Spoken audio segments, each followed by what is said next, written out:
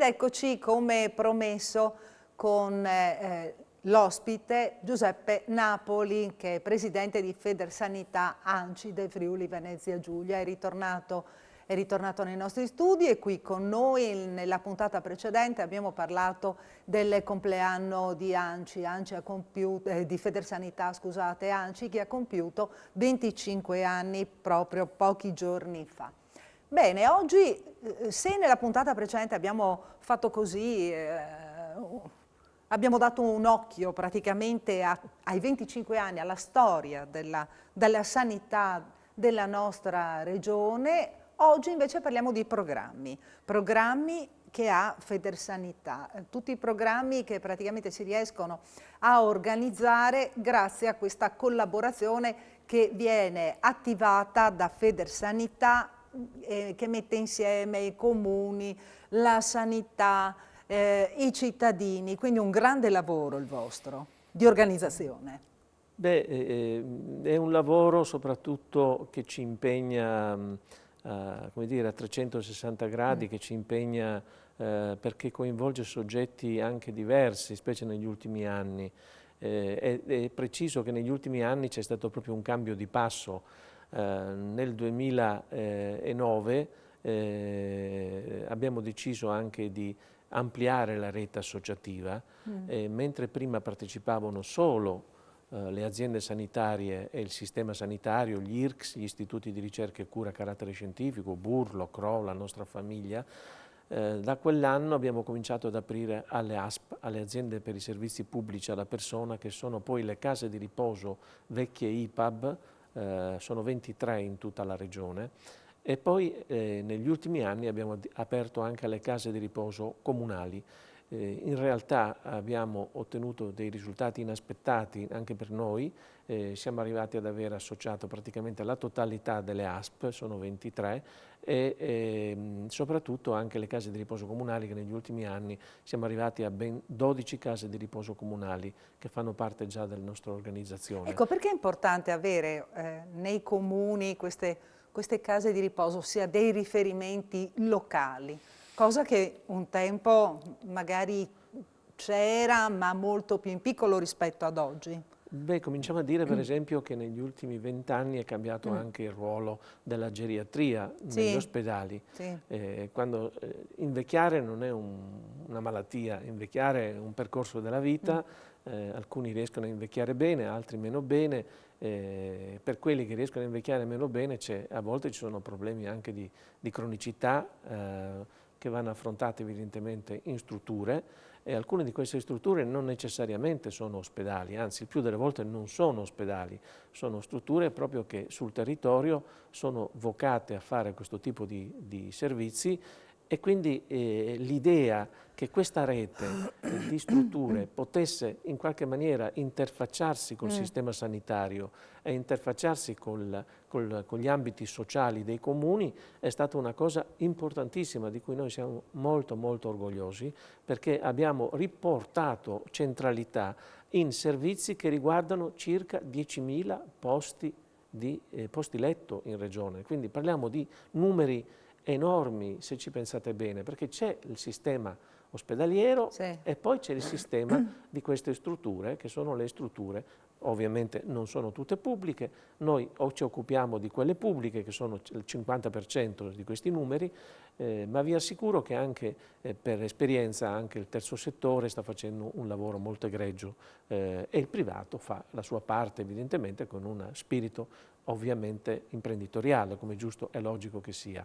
Quindi i primi progetti hanno interessato per esempio la formazione del personale delle strutture delle ASP, l'omogeneità di alcune prestazioni il più possibile, e soprattutto un tavolo permanente con la Regione Friuli Venezia Giulia, che ha colto negli ultimi anni, in particolare anche in conseguenza anche di Covid, ha colto l'importanza la centralità di questa organizzazione. Quindi direi una pagina importante del nostro lavoro lo dedichiamo al sistema delle case di riposo, che sono diventate numerosissime. Se pensate che noi abbiamo al momento 46 associati, non sono pochi, e dietro ognuno di questi associati c'è un consiglio d'amministrazione, c'è un presidente, c'è un direttore, nel caso delle case di riposo comunali c'è un sindaco, c'è un assessore, c'è un direttore della struttura.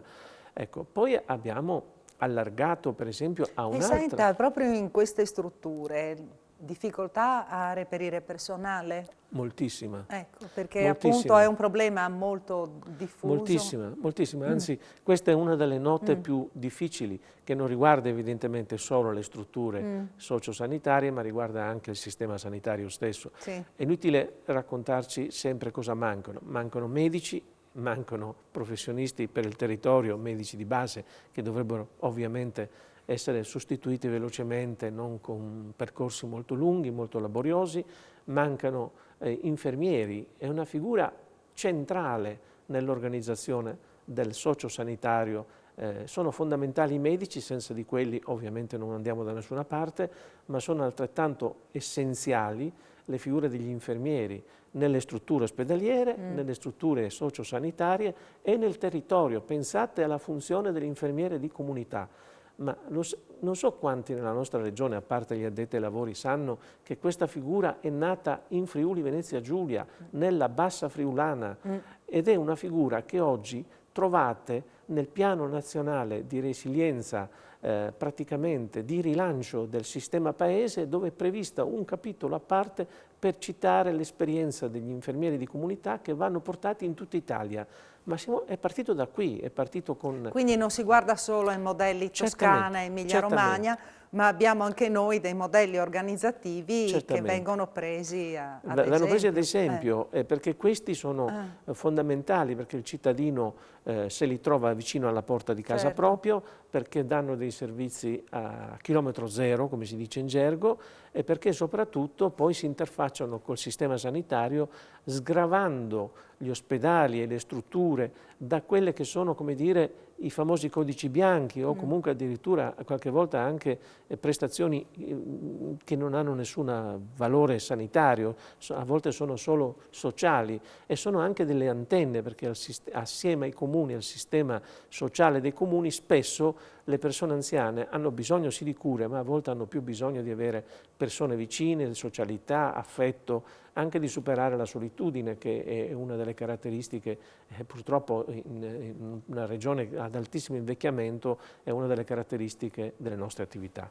Ecco, è proprio per combattere la solitudine e per vivere in salute. Avete organizzato e state organizzando, state promuovendo sul territorio queste camminate, le passeggiate, i percorsi della salute.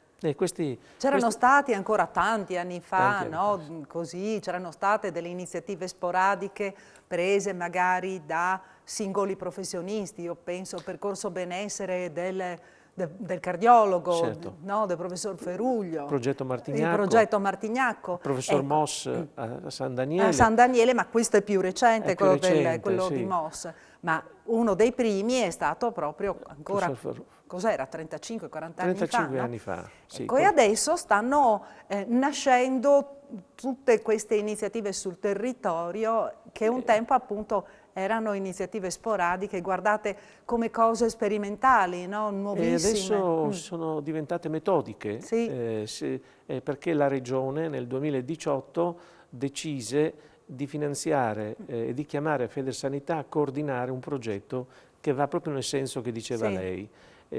Abbiamo pensato di coinvolgere i comuni, lo dico per i nostri telespettatori, i comuni sono 215 in Friuli Venezia Giulia.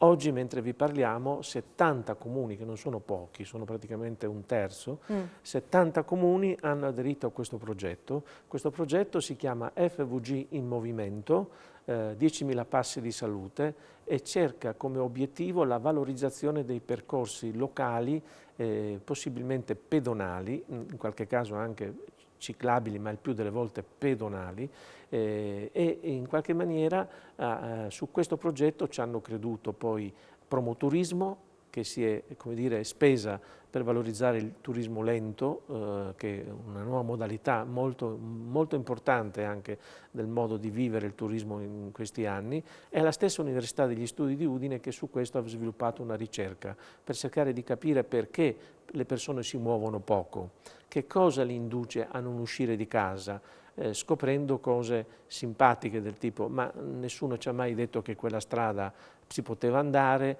e nessuno organizza niente nel comune, quindi tutte queste cose qui messe assieme stanno rivitalizzando percorsi e conoscenze territoriali.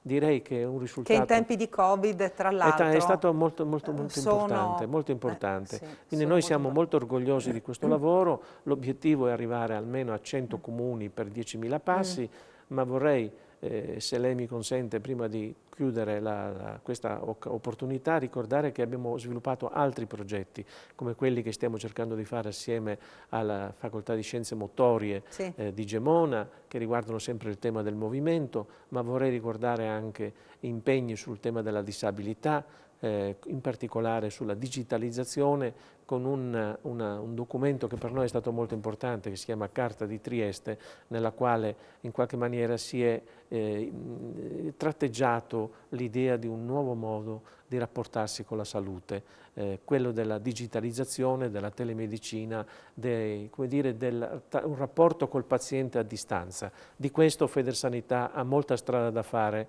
e quindi abbiamo bisogno di tutti voi. Bene, siamo giunti al termine anche di questo nostro appuntamento bisettimanale. Non posso fare altro che ringraziare il Presidente di Federsanità ANCI, Giuseppe Napoli. Grazie per essere stato con noi, grazie per averci seguito. La volta scorsa lei ha ringraziato anche Tiziana Del Fabbro, no? Che è segretaria di Federsanità ANCI, una colonna praticamente di Federsanità. La salutiamo anche oggi. Grazie, grazie a voi e grazie per l'opportunità che ci date a ospitare questi nostri incontri. Grazie e buon anno ancora a tutti voi. E noi ci vediamo la prossima settimana, arrivederci.